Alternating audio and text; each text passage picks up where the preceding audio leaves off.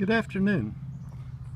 Thought we would cover a few modifications I made to our new Sportsman Classic 14RB, 14 meaning 14 foot and RB meaning rear bath trailer. It's a used trailer, 2013, but I must say I'm pretty excited about it.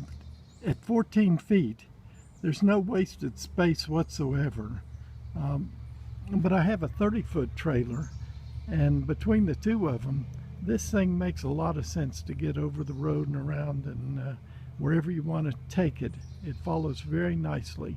It's a lot easier than the big boy. The first mod that I did, once I got it, there's no gauge panel. Maybe they have them on some of the 14RBs, but this one didn't have one, so it's impossible to tell just how full the holding tanks were. So I added a SeeLevel II by Garnett gauge system, and boy, that thing is great.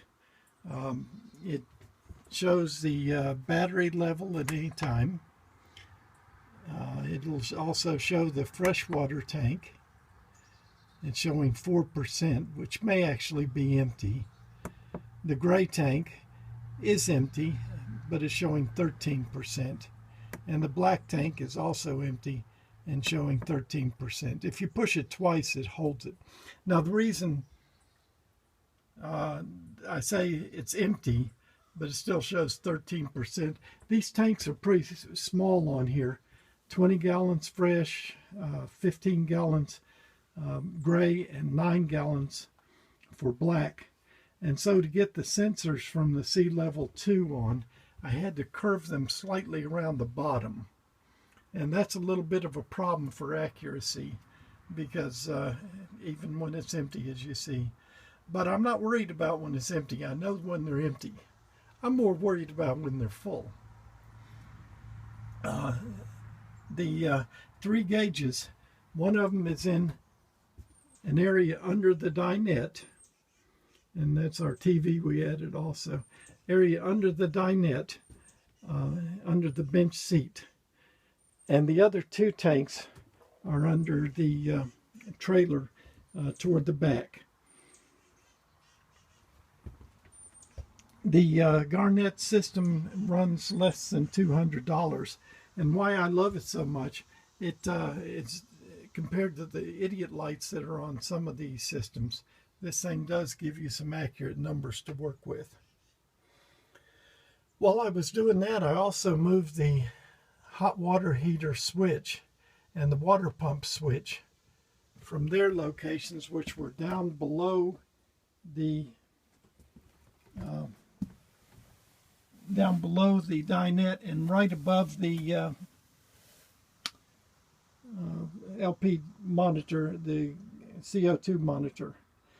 The reason I moved those, I couldn't see if the LP tank had lit or not, and it was also difficult to reach the water pump switch. So what I did, I put them next to the cook surface. We wondered if it'd be too hot, but I noticed this Luan board is here, and it shouldn't be in a place from the factory where it get too hot. There's actually quite a bit of distance across here, so I think we'll be fine. And there, although it doesn't show it in the video, the system is up kind of high. Now, there's a 110 outlet here, and I removed it and found that there's a vent pipe running right up through here. So I carefully put all the wiring over here. It's real easy to fish through, because this is about 4 to 6 inches deep in here. And what you don't want to do is perforate the vent tube. That would make for an unpleasant situation inside the camper. But that mod is a lot of fun to do and very easy. The second mod I did, I replaced the curtain hooks with these with rollers. And then I replaced the entire shower rod with this collapsible one. It folds into the shower during the day and makes a lot more room. It's kind of hard to visualize that perhaps. And then during the night, when you go for your shower, it will fold outward, giving you an extra foot of shower space. And boy, that is a big difference. So in again during the day, giving you extra space for the commode area, and then out during the shower times. These new shower hooks slide right over the joints much better than the old ones did, so that was worth doing also. A couple towel racks and a wash device for the commode. Even installed a little bidet, which I find handy, but a lot of people don't. While I was at it, the freshwater tank at 5 gallons, or 10 gallons, I'm sorry, was a little limiting, so I doubled that by adding another 10-gallon tank, which gives me 20 gallons of fresh. And where I put it is just in the luggage area, right there. Above it is the air pump for the personal comfort bed, which we added. We don't use a dinette as a dinette, so we didn't really need that. And there's the white thing is the extra 10 gallons. All it took was a fill line and a vent line, and then it was in and operational. And boy, that has really helped. As far as the black tank is fine. The fresh tank is fine with the 20 gallons, but the gray tank is still a problem, and it's always going to be. So unless I replace it, we just use a tote, which you can see down there, and it'll take out the water whenever we want it to, and we're good. Now, I also put in a couple of changes on the sewage system. Added this device to drop the water right into the dump station's inlet, and this clear device so I can see that the black tank is clean, producing clear water by the time I rinse it out. And by the way I rinse it out, in this lower cabinet there's just the perfect amount of space for a 5-gallon container, Army type jug. And when I'm done releasing the black water, I pour 5 gallons of fresh water in. That's over half the capacity of the black water tank.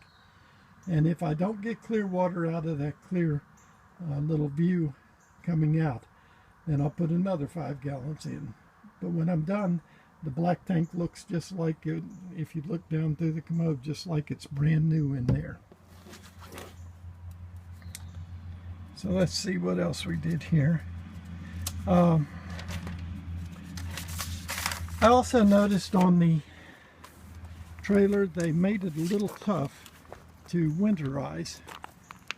There's a tiny little valve on the original freshwater tank, and you have to remove the dinette to get to it, the dinette cushions and all. What a pain. So I went ahead and put a PEX fitting and added a little valve there, and that'll empty out the freshwater tank easily. Now there's also 2 valves way up under the trailer, under the refrigerator, to winterize the hot water heater and the cold water system. And so I just took some PEX fittings and extended those out, and that way it's real easy to dump any remaining water, and I'm ready for winter. Those are the main modifications I've done. I did add a battery disconnect. I found that very odd that the trailer did not have one, and so the disconnect just snaps together for power and unsnaps whenever you're going to be away from the camper for a while.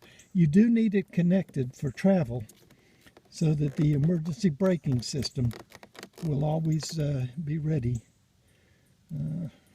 to operate. Let's see if I can get that with 2 hands. Yep, very easy. And that way the battery's not in use until I'm ready for it the next time.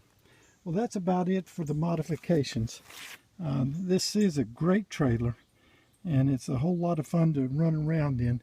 Already put a couple thousand miles on it, and it's getting ready to do a whole lot more. Thank you.